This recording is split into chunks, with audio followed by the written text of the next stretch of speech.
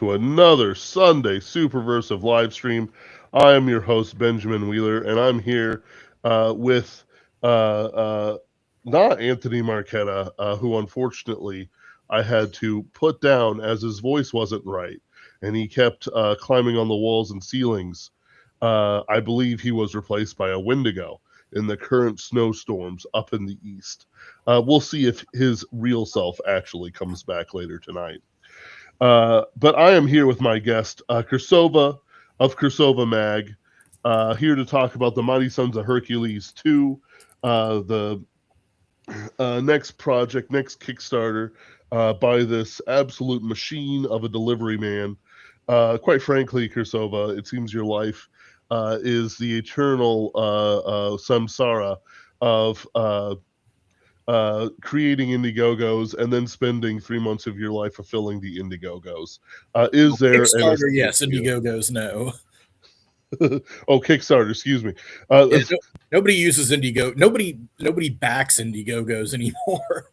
Yeah, I believe it. I believe it. The moment is past, unfortunately, for Indiegogo anyway. The problem is one of the problems of being in a dissident circle here is that sometimes you just forget what the current thing is. But no, this is a sequel to the Mighty Sons of Hercules, which we had you on to discuss. Very popular set of short stories in an adventurous world, nice and pulpy. And is it? What is it? It's not Bronze Age. I mean, it is Bronze Age. It's Sword and Sandal. Sword and Sandal. That's the word for it. Sword and Sandal adventures.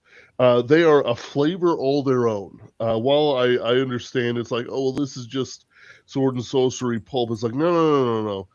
Sword and sorcery can be anything from like knights errant fighting a sorcerer, to desert bandits or whatever. But this is, how do I want to put it?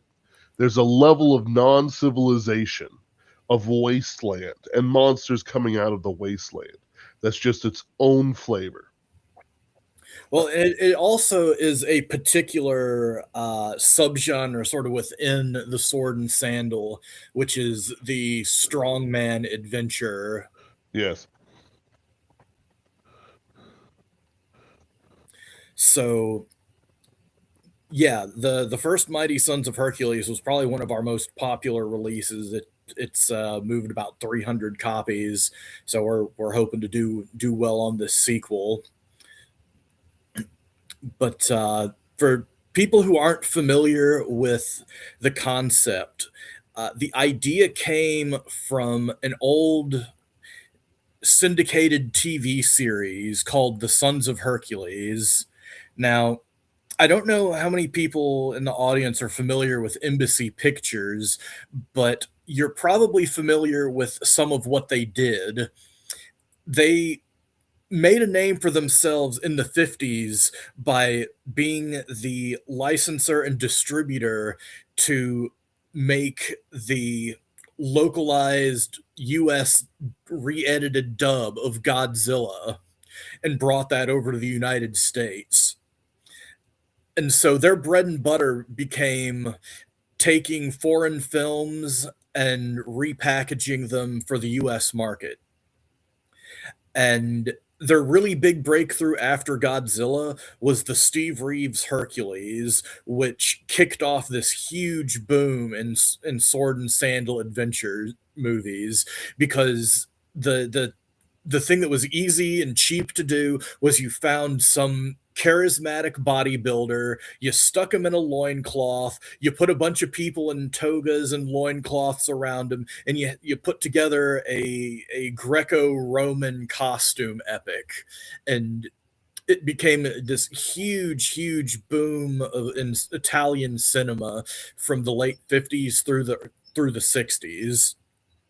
And so, what Embassy Pictures ended up doing was they put together a syndication package where they took 13 completely unrelated peplum films, redubbed them as the Sons of Hercules, where each week you could tune into the new adventures of a new son of Hercules and see them in thrilling challenges against monsters, bandits, saving the day, rescuing damsels, saving lost tribes, and just all kinds of great fun adventures. And so the idea came to me to do sort of a tribute to that, where we approach some of our top writers to either create an original story or rewrite one of their trunk stories to fit into the theme of a story featuring a son of Hercules going on an adventure. And so we ended up with several really good original stories, but we also ended up with a couple people who reworked some of their previous characters who'd we published before into the framework of Mighty Sons of Hercules. For instance, Mark Mellon's Melkart stories about the Phoenician warrior trader. We've got a new full length novella in this one. We had a novella length adventure in the previous one with the adventures of Melkart. And we are also including a sequel to a David Skinner story that we originally ran in the magazine in the second volume. For anyone who remembers, Twas Batov did it. The sequel to that story will be running as a Mighty Sons of Hercules story in the second volume. Oh, that's very nice. I like it. I like it a lot. This stuff's always a lot of fun. I think people underestimate how like the entertainment value. It's sometimes you just get tired. Oh, it's a sequel to this. Oh, it's that. It's like no, I'm good. Let me pick this up. I'm going to read this story. I'm going to put it down. And then I'm going to go back to whatever serious business I'm doing. I'm doing that myself with my studying. You pick, you study for a bit. You pick up a short story. Hold on, what am I reading? It's right here. It's right here. You pick up a short story. You read, something by Borges or whatever. Just because you want to, and then you go back to it. You back to whatever uh, work you're doing, and it's like, yeah, this is refreshing. This is nice. Quite frankly, people overthink how much bosses give a crap about you working. Half of it's busy work anyway, and they know it. So you looking fly, looking educated, will certainly have no repercussions whatsoever to buying this book and reading it publicly during work hours. I actually no. If you're even slightly charismatic, you can buy this book and read it in front of your bosses, and they'll just not care because you're not causing problems. That's a Well, if, that's a if you need it to look extra classy, you can always get the hardcover because the hardcovers that we get printed are these really nice linen wrapped ones. ooh So yeah. just slide off the dust jacket and it'll look real classy. You can tell your boss that you're reading classical mythology. But boss, I'm doing this for the good of the company. Don't you know these studies? And you don't even really tell them what the study is or anything like that. You just say studies. Don't you know that the studies show that a neuroplastic mind is a mind that and he's already checked out, so you can just say whatever you want. Yeah. Uh, it's that kind of thing. It's that kind. We live this kind of life, ladies and gentlemen. Take advantage of it. Enjoy it. Yeah. So, like the first one, where we've got all these stories kind of held on specs. So, we Yeah. haven't paid for them yet. We need to be able to raise the $6,000 to be able to cut the checks for the authors who are involved. One of the things we're doing a little bit different this time is we are offering the author's bonuses, where if we exceed the initial goal by certain amounts, we increase the pay scale, so Ooh, everybody will get paid more if. very nice.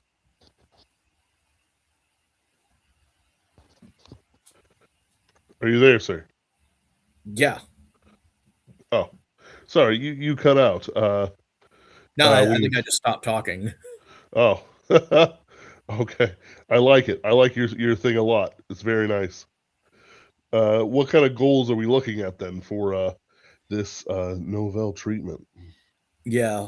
The $6,000 covers the expense of the the fiction that's included. It covers the cost of the cover art that we got from Kevin John Jacobs, as well as the interior editing.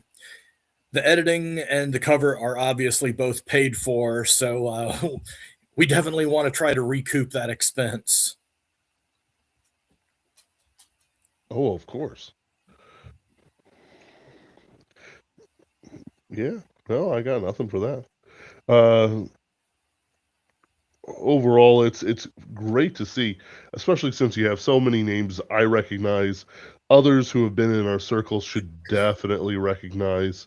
Uh, we've got Mark Mellon, Abraham Strong John, Owen G. Tabard. I don't think I've talked to these gentlemen, but I've definitely talked to Misha Burnett and Michael Turney and Adrian Cole, uh, all of whom have been fantastic guests at one time or another.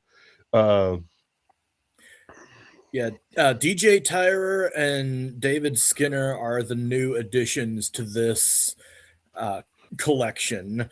So, several of the stories included in this are sequels to ones from the first volume, even though they're standalone adventures. So you don't necessarily have to have read the first volume, but if right. you've read the first volume and you want more of these characters, well, you got them. Ooh, If you missed out on the first volume, we do have deals where you can get both of them for a slight discount. right, right. That's always very nice. That it's like for me, I know I've got my pillar. Almost said Pillars of Hercules. Uh, my Mighty Sons of Hercules hardcover from the first one. Matthew Punjatore. Oh, almost stopped. Uh, so that's a great stuff for those who are just getting in on it. Uh, you even have options of signed covers, which is Yeah, very nice. Abraham Strong John will be signing copies to mail out to domestic backers if you want to kick in a little bit more. We do have a couple cool opportunities that are add ons for people. We Yeah. have. Sorry about that noise. I'm having to let my dog out. She just keeps meeping and mooping in the background here. We've got advertising opportunities. For $100, you can get a full page advertisement in the back of the book.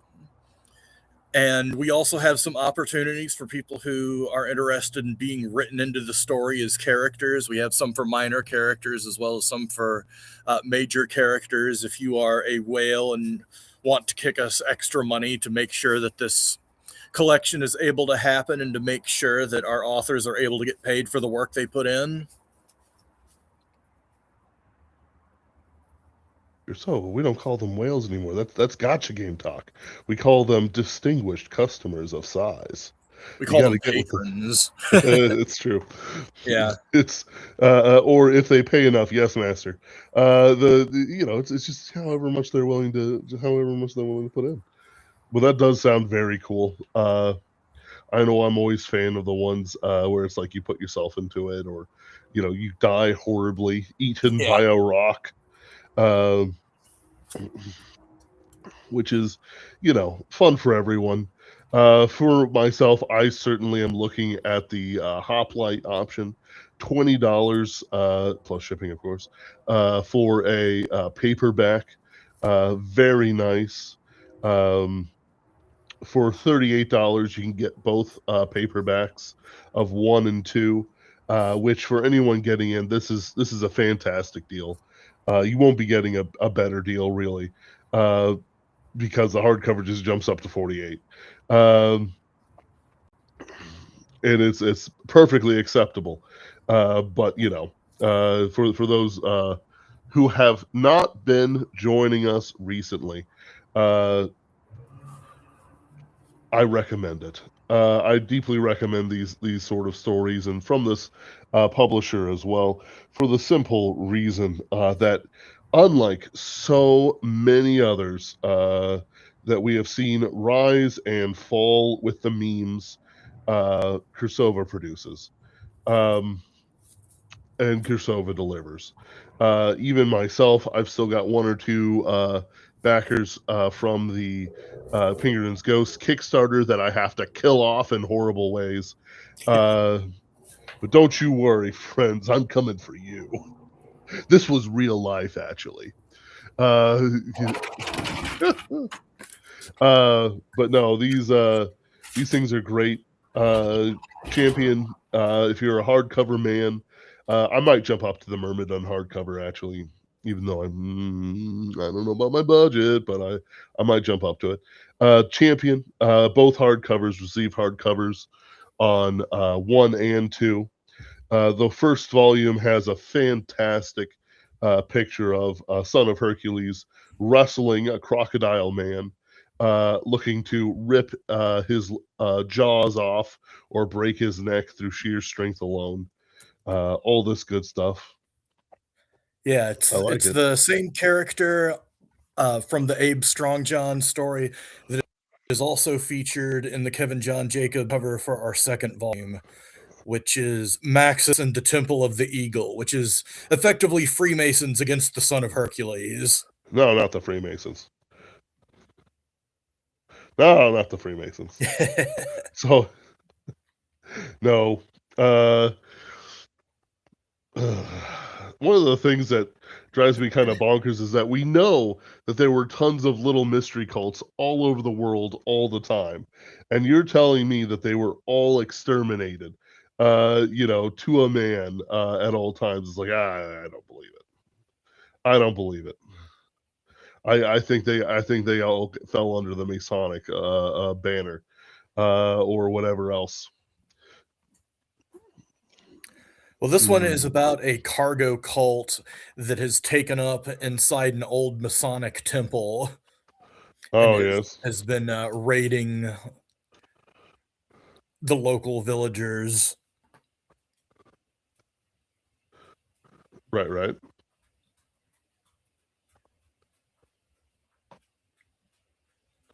It's the Masonic. It kind of reminds me of that one short story from Kursova about that monk guy uh, who adventures all over, and then he has sex and he doesn't want to go back to being a monk because they worship.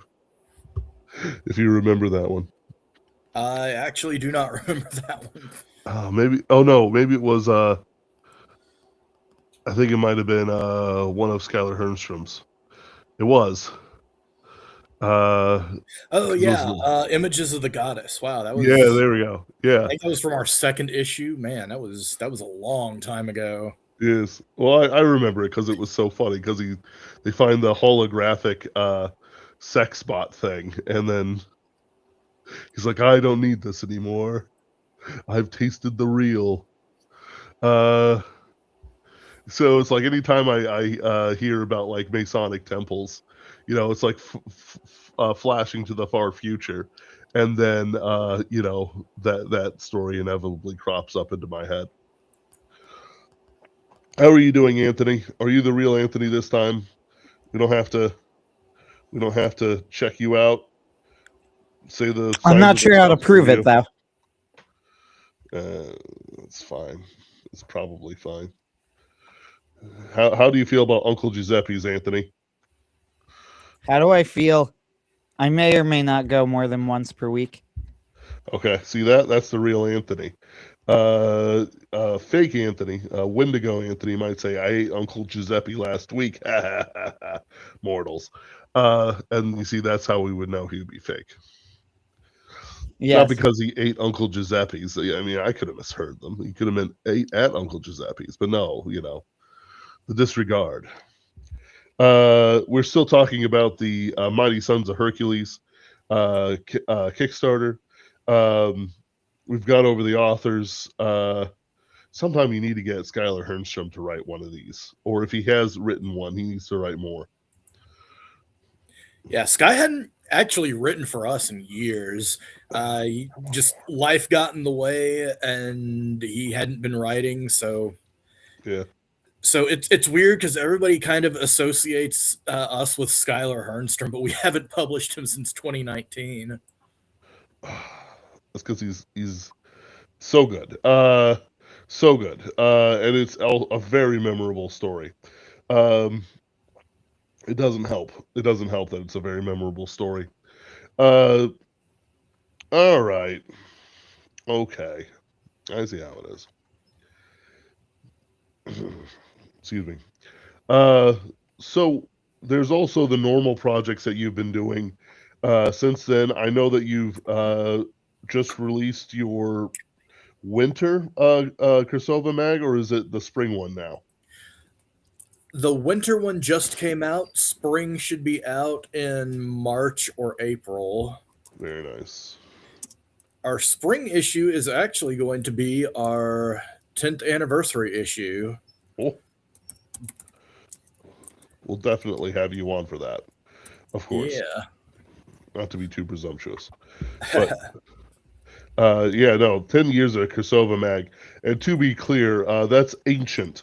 There are the bones and dust of many, many, many, many, many, uncountably many projects of all spheres, of all kinds that had languished in the dust after the first year. Whereas Oh Krasova yeah. mag, Like a still lot of projects have fallen by the wayside. It's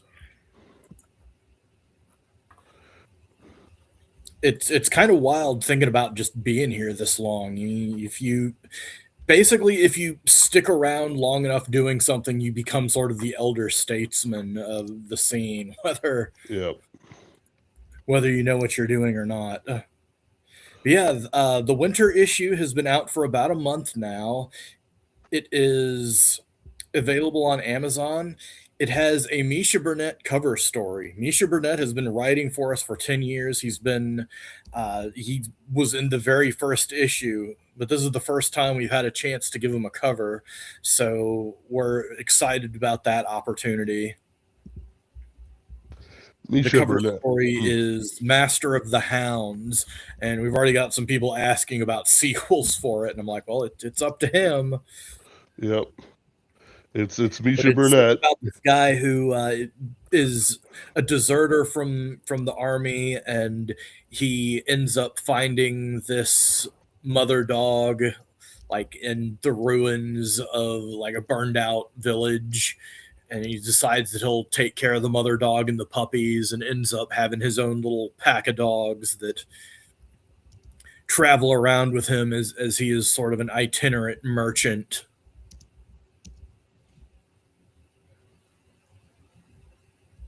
Very cool. And what's crazy is that he's almost certainly never seen Spice and Wolf. Uh, am I saying that right? Yes. Yes. So it's got to be good. Uh, no, No wolf Misha. girls though. Yes. Oh, it is a wolf girl. I said no wolf girls. Right, right, right. Uh, shush.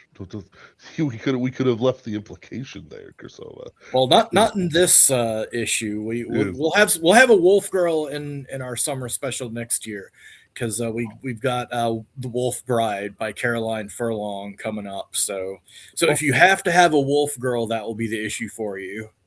Oh, I'm down. I'm already there. So, but no, the spring issue, Misha Burnett. Misha Burnett has been working for you for 10 years. Yeah, he's also just super reliable as a writer. At least as things are counted. Mm. Yeah, we just put out his second Dracoheim book, um, Yep. Dracoheim Confidential, which was the sequel to Bad Dreams and Broken Hearts. Which, if you like both hard science fiction and urban fantasy, magic noir stuff, that's the book for you. Oh yeah. It's not something that even I thought I myself would like because I'm not really big into urban fantasy and I'm not big into hard science fiction, but somehow he's able to synthesize it in a way that just works really well. And it was one of our top sellers last year. I know. It was pretty great. I've got both of them myself. It's nice soft covers.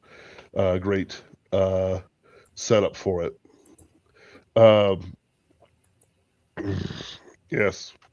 Uh, Point is that it's great. It's reliable. Uh, I'm looking forward to it. I need to. I believe I might be one behind on my collection of Kursova mags, and I need to fix that. Just one. The winter one specifically. We'll get there though. We'll get there. Winter came out. I'm sure that's doing well. Spring's going to do really well. We'll promote that a lot when it comes out. Uh, any other projects that we can look forward to? Well, we have a really big project that is kind of a secret project. You guys are going to be the first to hear about it. As soon as this book is out the door, Mighty Sons of Hercules, we've got Jeffro Johnson's new book. Oh, now that is that that might be a very tender morsel. I like it. Yes, I don't even need to hear more about it unless you want to tell more about it. Which case I'll let you. Yeah, But we're still keeping things a little bit quiet and under our hat, and we're trying to wait until we get the cover for it. But yeah, heard it here first. Jeffro Johnson's Winning Secrets coming out this spring through Kursova.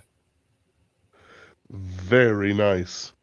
Uh, very nice indeed. Jeffro Johnson has been a fantastic pillar of the community for many, many years. Uh, uh, he was a Chad on Twitter, but disappeared when he felt that his job was done. But he has apparently returned, bearing tablets of D&D from the wilderness. Uh,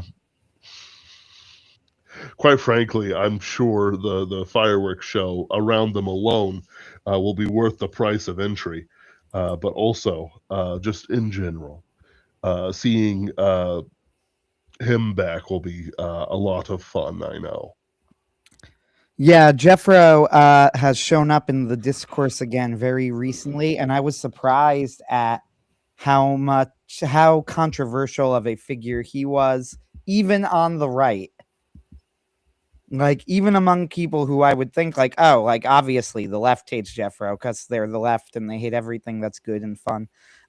But like, even on the right, there were like a lot of anti-Jeffro guys who were just like, no, screw that guy. He was a jerk. And I'm like, whoa, okay, then. Interesting. And, People I've got interacted really with. Go ahead. people got really mad about his meme of "Don't read anything after 1980." Yeah, I don't agree with it. We had this discussion. I don't agree with it. I don't like it. half the time is because the people who parrot it are often like, how do I want to put it? Like either they're courting controversy, or they're just not nearly as smart as Jeffro. Uh, That too. it's one of those things that's kind of what got me more than the statement itself, because obviously, you know, if you tacked in a mainstream in there, read nothing mainstream after 1980, uh, all of a sudden, it makes a hell of a lot of sense, but it becomes incredible, so much less memeable. Uh, hmm, you Yeah, know I what? would say Yeah, so. I've worked with Jeffro, right? Like pretty closely. Jeffro and I interacted very regularly. Jeffro emailed me personally. He invited me to write for the Castalia House blog when he was the editor, when that blog had its little golden age, which was when Jeffro was editor, right? Um, they had a really good lineup of writers. But I have a lot of respect for Jeffro. I always tell people like, no, we worked very well together. I had no issues with him. Like he was great, but I didn't always agree. I didn't always agree with him. This is one thing where like we follow Isaac Young as well, right? Like, and he kind of said this, and I've more or less come onto his side with it. I don't think this rhetoric is helpful, right? Like, and my issue with it is essentially the same argument that the left makes when they go, why can't the right create any good art, right? Like, oh, what's the problem? Why is the left creating art? Well, this is a lie, right? We know it's a lie, except is it a lie? Because apparently, like, the right also agrees that the right can't make good art and hasn't since 1980. Well, I don't think that's true. I know a lot of right-wing artists, and the reason they're not mainstream is artificial, right? It's because that they are being gate kept out of these places. They are easily the equal. John C. Wright should be a household name, right? Like much more than Martin should be. Nick Cole is successful, but Nick Cole also doesn't have a TV series yet. Even Larry Correa, who I don't particularly like, I have severe issues with him, especially the way he's treated my friend John Delaraz. Uh, but at the same time, like, why is Monster Hunter International not a Netflix series with 10 seasons or whatever, right? Like, well, we all know why. Because Like, there was a Japanese game that came out before the first book. no, I'm being serious though. Like, yeah, okay, there's a but Monster also Hunter yes, game, whatever. But like, seriously, John, it's really like it's artificial. So this idea that we shouldn't read anything because 1980, yeah, nothing mainstream, okay. But the reason for that is because that the right is being gate kept. It's not because we suddenly forgot how to write things. So I don't agree with the rhetoric. That's my spiel. That's my I don't know. I'm trying to think of the word. My rant of the day. he's going to be a great guest, is what we're saying. He Uh, will. No. Jeffro's always interesting to talk to, and he can defend himself very well. He's a big boy. I have nothing but respect for him, and I think Appendix N was an incredible work too. So yeah. Seminal. Yes. Like I would even say it defined quite a lot of the formation of the culture, even if people don't realize it. Yep. But yeah, uh, no, we're very excited for this. Jeffro Yes. Johnson. You said it was the How to Win D&D book. Winning Secrets. Ah, very good. Um, Winning Secrets of D&D. I think it'll be a lot of fun. It'll almost certainly provide every D&D podcast 100 plus extra views just by itself. Um, What makes uh, Jeffro fun is that he leans into the bit a lot of the time, right? We will go like, you see a lot of people trying to fence like, we're not actually saying you can play it wrong or whatever. And Jeffro's like, yeah, you can. And that is what I'm saying. You're playing it wrong. Like it's like, well, we're not going to say you're having fun wrong. And Jeffro's like, no, you're having fun wrong. And then he's like, oh, you don't really mean that though. And he's like, I absolutely do. He's like, he's dead serious. And it's like, okay, well, now what do you make of this? But I respect that. No argument for me. Like, yeah, say it, man. Do it. legend has it is that if you say critical role 3 times in Jeffro's presence, he explodes. No one's ever done it because he kills you before you finish. Yeah, by the first one, he's like, what did I hear? The second one, he's already grabbing for your throat. Not even because he's, afraid you'll say it the third time, but because you are going to die. Uh, What's funny is I have no investment in Dungeons and Dragons either. Appendix N is primarily interesting to me as a literary endeavor. As far as role playing games, I've never played. The only role playing games I've ever done are on stream with Ben with our subscribers, and they're very not D&D. You know, nope. of just zero interest in it. And I don't pretend they're D&D either. To be No, clear. you don't call it D&D. You just say like it's a Pinkerton's Ghost role playing game, so it's whatever. But Hmm. But yeah, that's exciting. I have already forgotten when it's coming out. When is it coming out, Kursova? We're going to be launching that project as soon as Mighty Sons of Hercules 2 is over. Very good. Yes, we are looking forward to this. The second you are ready to come on, let us know.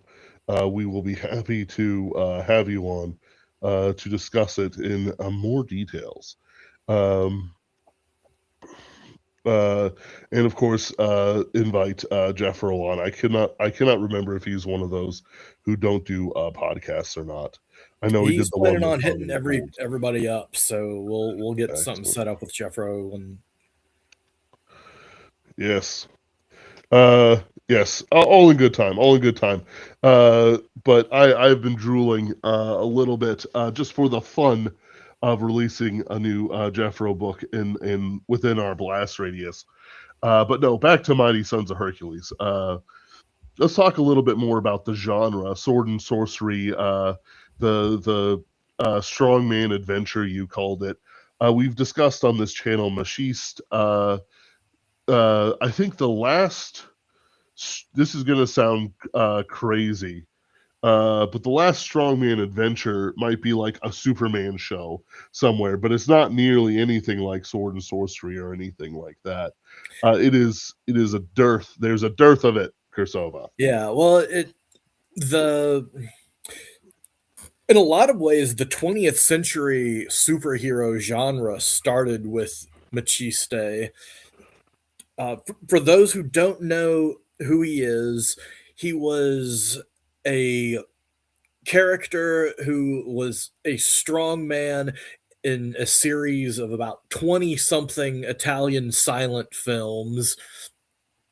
The very first one was a costume epic about the Punic Wars that was co-written and created by Gabriele D'Annunzio, who, among other things, is considered one of the aesthetic fathers of fascism. They made this movie that was so like peak aesthetic that everyone who saw it said, "We need to start the Roman Empire up again." but but Machiste was the breakout character from this movie, but they couldn't originally figure out what to do with him because like it's a costume epic. He's like this one-off character in a movie about the Punic Wars. So what they did in the sequel is they said, well, okay, Machiste is actually the strong man who was playing basically himself starring in the first movie.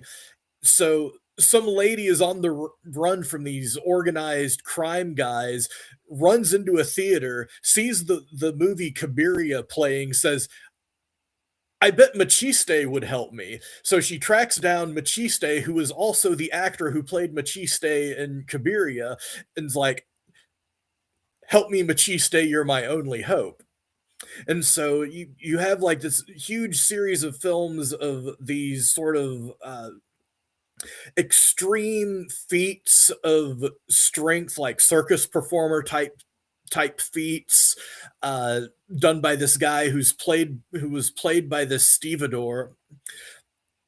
Uh, oh, trying to remember what his name it was. I think Pagano. Let me look it up right quick. Yeah, Bartolomeo Pagano. Yes. Over the course of about 30 years or 20, not even 30 years, about like 15 years, he made like 20 something Machiste movies. And this is basically the origin of the modern superhero film, because characters like Superman are basically taking the trope of the circus strongman and pushing it to various extremes. You know, you have Yes. the hero who's kind of like Zorro who wears a mask, but you also have the unmasked hero, which Superman was, you know, and that tradition comes from the circus performers. And so you take a circus performer strongman type guy, say, all right, here's a situation where only someone with greater strength than a normal man could solve, and Yes. you say, okay, well, what happens with that? And what happens is you have cool action hijinks. uh, the scene from the first Action Comics with Superman smashing the Roadster, that happens, I think, in the second Machiste movie, and it was actually taken from that. Yes, that's very funny. Um, he stole Superman from the Italian quasi-fascists. Now the I stand Gabriel D'Annunzio. Personally, I've read some of his work on futurism. It's fascinating. I love it. Um, and it's also one of the few truly successful artist right wing movements that ever burst forth. Futurism. Um, Quite interesting stuff. The poetry as well is something is interesting. It's a slept on thing because of the implications, but it actually has tons of merit. And this is going to shock people. Um, they weren't all that crazy about racism and stuff like that. Though they were racists, but that was because they worshipped at the cult of the V8 engine. Yeah, They would have. I can't remember who it was who said it, but someone said it and made a really good point that if it weren't for Hitler and his association with Mussolini, fascism would basically just sort of be remembered as just a quirky right wing syndicalist political system. Right, led by probably one of the most ridiculous world leaders that ever was, in a good way. You know, compared to other serious people.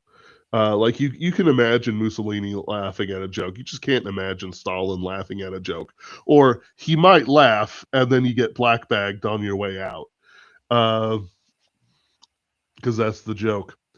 Uh, it's I don't know. It's interesting stuff.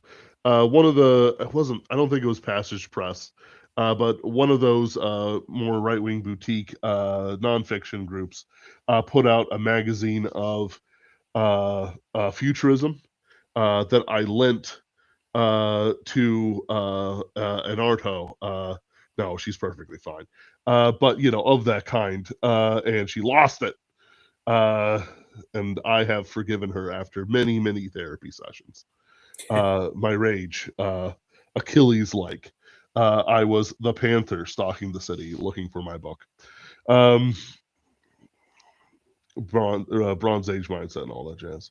No, Machista and all this stuff is always very fun to hear about. And I've seen, I think it was Machiste in Hell. I think that's the one I saw. Did you watch the silent one? Yes. Oh Uh, man, wasn't that great? yeah, it was great. It's a lot of fun. Like it's not going to be like, oh wow, I remember everything. Uh, but it's like, no, you're just going to enjoy it. You're gonna move on with your life, and when you see another one, you're gonna enjoy it. It's like I it's not liked that serious business. I liked that hell was a democracy. Yeah. And like one of the groups of devils had fallen out of favor in that year's elections. uh, Hell is a democracy, and we're in quasi hell now. I tell you, open your eyes. Alex Jones was right about the demons. Um, Yeah, but to I need bring I it need back to watch around more. to the Mighty Sons of Hercules stuff, Yes. the Steve Reeves Hercules movie in the late 50s that kicked off this boom, uh, created this opportunity for them to resurrect Machiste. So, in the early 60s, they started a new wave of Machiste movies, and several of those got folded into the uh, the the Sons of Hercules Embassy Pictures series. Not all of them, and not all of the Sons of Hercules movies were Machiste movies, but several of them, including one of my personal favorites, Mole Men Against the Son of Hercules. Yes. Keep going, keep going.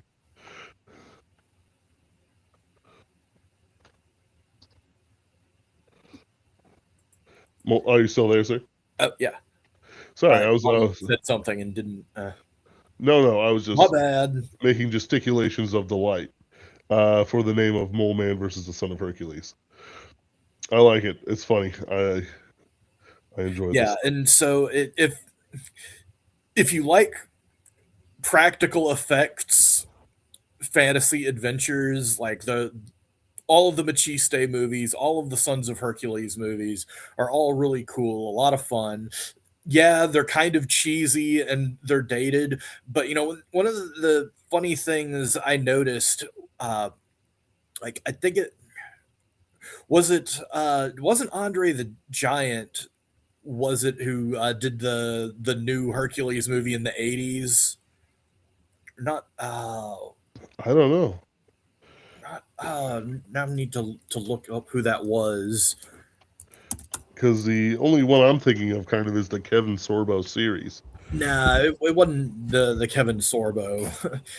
No, Oh, I know. Lou it Ferrigno. was it was a famous wrestler who did it. So Uh, there's a one by Luigi Cosi. the Lou Lou Ferrigno, Ferrigno. Yeah, One. That's who it was. Lou Ferrigno Hercules. Yeah. A while back, I saw the Lou Ferrigno Hercules, and the places where they used the practical effects, like from the old '60s movies, it's great and it held up. But like all the new modern special effects that they tried to work in were just like really cheesy and dated looking, and just didn't hold up as well as, hey, let's just get a really strong guy do stuff and like get foam brick props to make things that look really heavy actually really light, so we can just toss them all over the place. right. But Those are like I always said, so much fun, though. it's a really fun genre. I really feel like it's something that there's a lot of potential to bring it back. And if you look at things like the Rock's success, like with stuff like Scorpion King, I really feel like there was an opportunity that was missed to bring back this genre, but they just didn't really want to be doing men's action movies like that past the early aughts. Right. I mean, it's like I've read some like research on it. Oh, it was this, it was that. The marketers realized that men weren't the primary spenders of money, and that's so much BS because I've read Bernays, and Bernays talks about women having more money. You're telling me that the guy who's the godfather of all advertising, they just don't read him anymore in advertising, and they completely forgot that. No, it's like Yeah. around that time they just stopped. They didn't want to do anything for men. Well, and also what sort of happened was the Marvel cape shit ended up blowing up by the mid to late aughts. And so yeah, even if you have movies about strong guys, it's all like CGI cartoon looking stuff with no real practical effects or real action. So there's not any weight to anything. So you lost out on all that talent that was coming out of wrestling, who could have like been brought in to do this kind of film and cinema, and at a perfect time to have brought it back. Yep, absolutely. But hopefully, we are at the very tail end of the Marvel film era. I mean, I'm hoping that these next ones tank enough to where people just give up and they stop making them, because I'm so tired of cape shit. Oh yeah, definitely. That would be. Oh, uh, It's like that one thing from South Park. If I could do this, I would be so happy.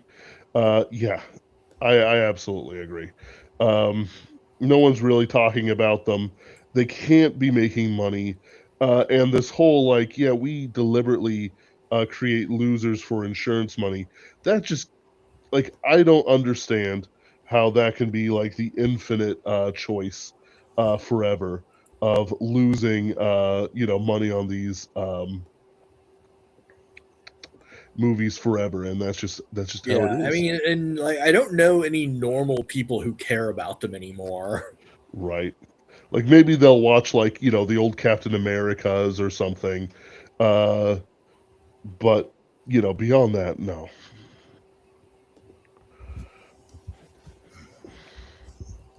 Or Iron Man actually. I think people are like eventually going to accept my thesis that Iron Man 2 was actually a heck of a lot better than people are willing to admit. It had its That moments. has moments. Uh Yeah, uh, I remember the Kevin Sorbo Hercules quite not as well as I should actually, thinking back on it, but I did watch it. I remember the Amon Desante Odyssey, which is a formulative memory because I memorized the massacre scene of the suitors, which is absolutely fantastic. Those actors who are playing the suitors really sold their death scene um, in all the best ways.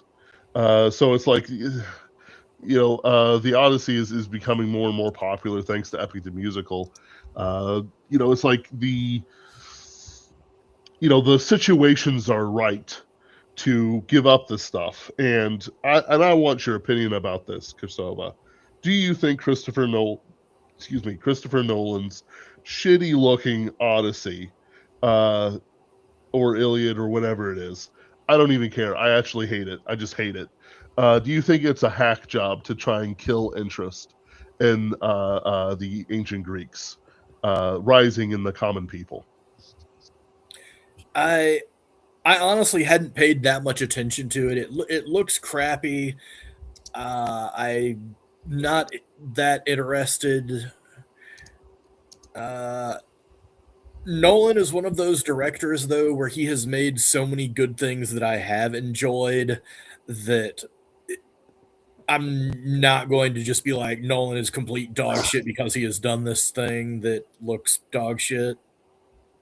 My problem with it is like, even though Interstellar is one of my favorite movies, and I actually like Dunkirk, which for a lot of people didn't, but I thought Dunkirk was quite good. Um, I feel like I can't trust Nolan. And Oppenheimer is why, right? Like, so here's the thing: even if Oppenheimer was like sort of right in its central thesis of like, oh, we shouldn't, the bomb was evil, we shouldn't have done it. And to be frank, like Ben and I have had like multiple shows on this where like literally our opinion has changed over the course of the shows, right? Like at different times we have changed our mind just over like whether the bomb should or shouldn't have been dropped. So it's whatever, right? But let's be honest here. If he even was right, he was right like by accident. It was the pro-communist anti-America position. That's why he supported it, and that's very clear in the movie as well, right? His sympathy is clearly with the communists in the movie. It's Yeah. very obvious. There is this absolutely bizarre scene where Oppenheimer does his Death Destroyer of Worlds while he's having sex with a communist. Like that's when he delivers the line. It is really weird. Um, the movie itself is pretentious as hell. Is it a bad movie? No, I wouldn't say that. Is it overrated? It's honestly even hard to say it's overrated. The pickings were just so slim that year that it was probably the best movie of the year by default, right? Yeah. Like, but it's not very good. And it's definitely like anti-America, like very clearly, you know. Um, I mean, I'm not gonna lie though, I haven't actually watched any Nolan movies since Dunkirk, so that's fair. and I probably never saw correct. Tenet. I didn't see Oppenheimer. I didn't Tenet even just see looks Dunkirk terrible. on I that had level. zero interest in it, and I still don't after hearing people watch it. I'm like, yeah, that looks like garbage. I like Dunkirk though. I will say that. So this Odyssey makes me think after Oppenheimer, that's probably going to be some sort of psyop, in Yeah. some way. Especially, I watched a movie called The Return, and I actually had some hope for it, right? Because it was about just Odysseus's return to Ithaca. Now, if you read the Odyssey, that's actually the majority of the Odyssey, right? So I'm like, oh, that's plenty enough for a full movie, right? Like, you could tell a great movie just about the return. I'm into it. Let's go and see what happens. The movie was absolute dog shit.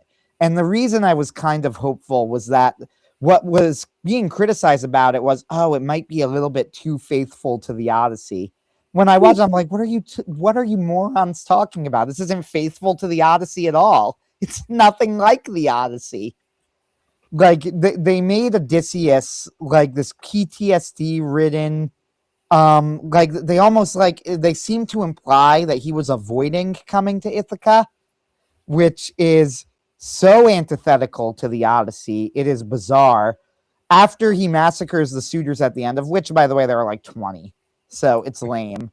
Um, but after him and Telemachus massacre the suitors at the end, they have Penelope like try and longhouse him, basically. She's like upset that he massacred the suitors, and base maid Euryclea literally goes towards like, I don't know what you were looking for, you know, which, and then Telemachus like leaves to find himself or something. That's not what the language they use. That's pretty much what it is. Like, you are the prince of this nation. The king has just returned. What the fuck are you doing? They need you right now. Um, yeah, it's kind of important that you stay. Like, it's just bizarre. Telemachus is a wine, like, in the Odyssey, one of the most moving scenes in all of world literature is the scene where Odysseus and Telemachus meet, right? Just an absolutely legendary emotional scene where Odysseus needs to convince Telemachus it's not some trick of the gods, because Telemachus can't believe that his father is really back, and it's heartbreaking and beautiful and great, right? Well, imagine that, but instead of Telemachus being emotional and thrilled beyond words that his Yeah. supposedly dead father has returned out of nowhere, he's kind of pissed for, like, I don't know, no real reason. And then when Odysseus correctly points out, well, what the fuck were you doing, Telemachus? You were the one here when the suitors overran the palace. Like, why are you mad at me? And then Telemachus around says, well, I know everyone's names. Yeah, that's great, Telemachus. No one gives a shit because the suitors are running the palace, but I'm sure they're glad you know Frank. Like, what? Please, What is that Anthony. even as a response? I hated it. I His hated it. his his real name's Frankules, okay? Yeah, Frankules over there. The one good thing that this movie did is that the Argo scene was 10 of 10. They included it, and it was great. Well, it's been a lot of fun, but I need to get going. My dog will not leave me alone here. Speaking of Argo, Right? Yeah. Uh no, very nice. Thank you for joining us, Chrisova. Guys, check out the Mighty Sons of Hercules. There's a lot of noise going on, and quite frankly, a lot of battles that don't need to be fought. I know because I've been fighting one or two of them myself. I'm in the trenches and I'm going, huh. Uh, no, no. We've had a great hour here.